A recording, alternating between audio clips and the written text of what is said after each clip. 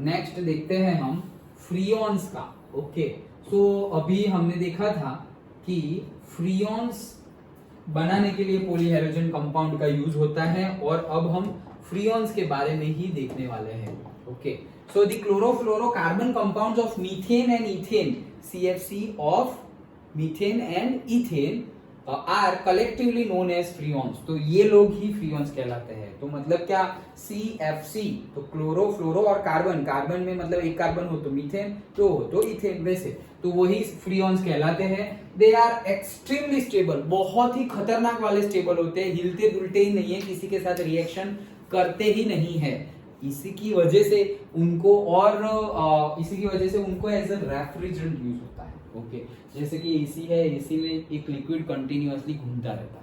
हमारा रेफ्रिजरेटर है, रेफ्रिजरेटर में एक लिक्विड कंटिन्यूअसली घूमता रहता है, वो लिक्विड का नाम है रेफ्रिजरेंट, वो लिक्विड का नाम है।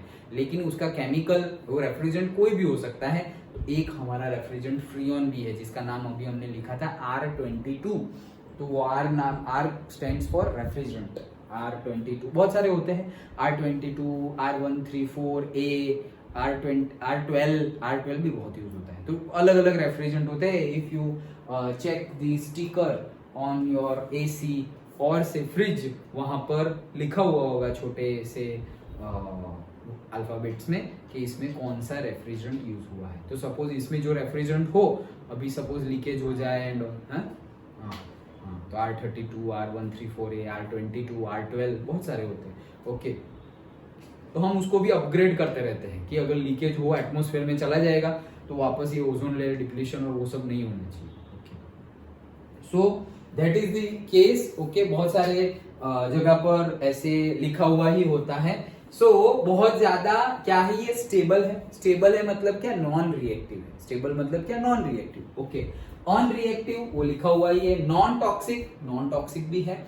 नॉन कोरोसिव, कोरोसिव भी नहीं है। इसीलिए देखो सालों साल अंदर अगर वो रेफ्रिजरेंट घूमता रहे तो कॉपर जो हमारा है उस पर कोई कोरोजन और वो कुछ भी नहीं लगेगा। ओके, सो वो नॉन कोरोसिव ही है। एंड इजीली लिक्विफाइबल गैसेस, मतलब रूम टेम्परेचर पे भी तुम इजीली उसको लिक्विफाई कर सकते हो।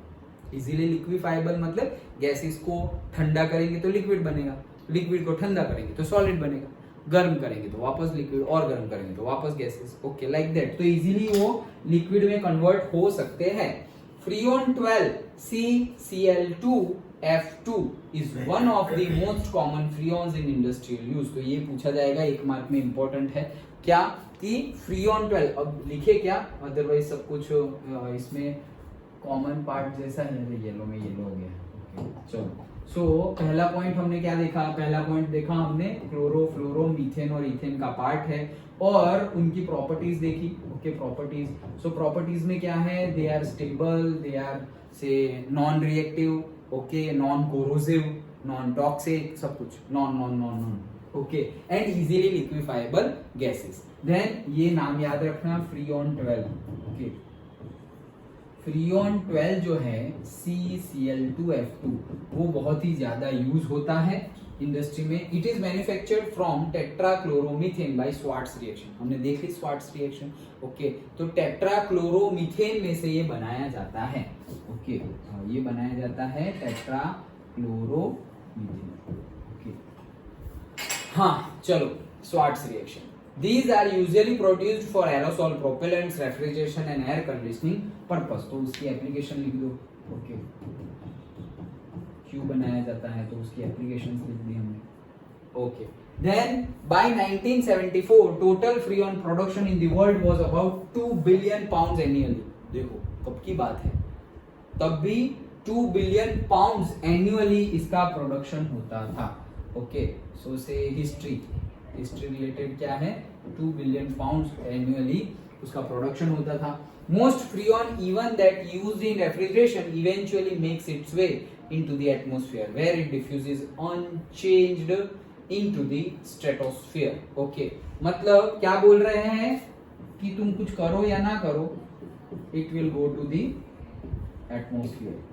कैसे, अंदर कैसे, एटमॉस्फेयर में कैसे जाएगा। सपोज एसी में चल रहा है, रेफ्रिजरेंट में चल रहा है, तो उसकी लाइफ कितनी है, 5 साल, 10 साल, 15 साल, 20 साल, लो इतना ज्यादा तो नहीं, लेकिन मान लो 20 साल भी है, फिर फिर तुम्हें एसी रिप्लेस करना पड़ेगा। एसी रिप्लेस करोगे, जैसे ही तुमने उसके वाल्व्स खोले तो वो तो गैस है, बाहर निकल जाएगा। बाहर निकला मतलब एटमॉस्फेयर। और अगर लीकेज हो भंगार में, तुमने कुछ खोला बोला नहीं और डायरेक्टली भंगार में दे दिया, तो कहीं तो वो टूटेगा, कहीं तो लीकेज होगा, कोई तो खोलेगा ना उसे, और कोई खोलेगा नहीं तो एटमॉस्फेयर से ही लीकेज हो जाएगा। ओके, अभी तो सेफ है, एक ही जगह पे लटका रहा है, फ्रिज है तो एक ही जगह पे है, ज्यादा कुछ उसको हम हिला रहे डुला रहे नहीं है।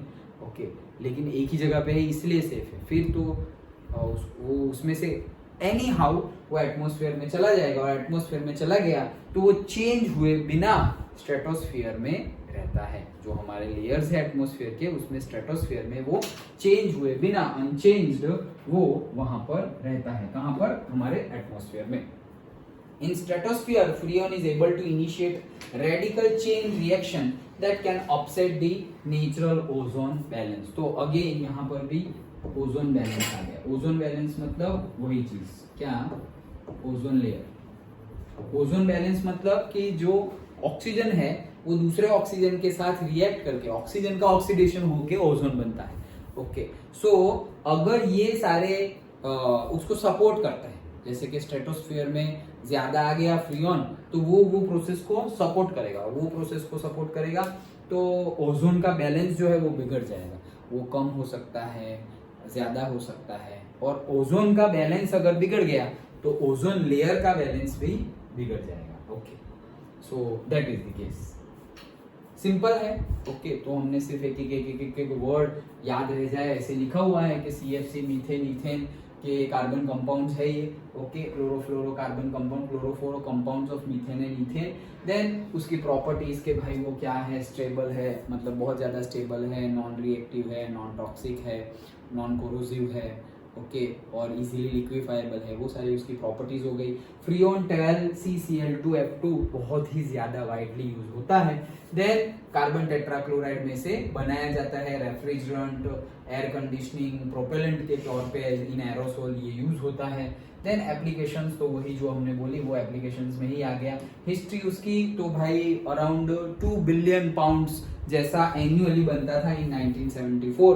वो by anyhow it will go to atmosphere and unchange position में वो स्ट्रेटोस्फेयर में रहेगा, वो लिखा। और अगर वो स्ट्रेटोस्फेयर में गया so it will unbalance the ozone layer और से ओजोन कंपाउंड। ओके, बस done. Okay, so now we will see the last one,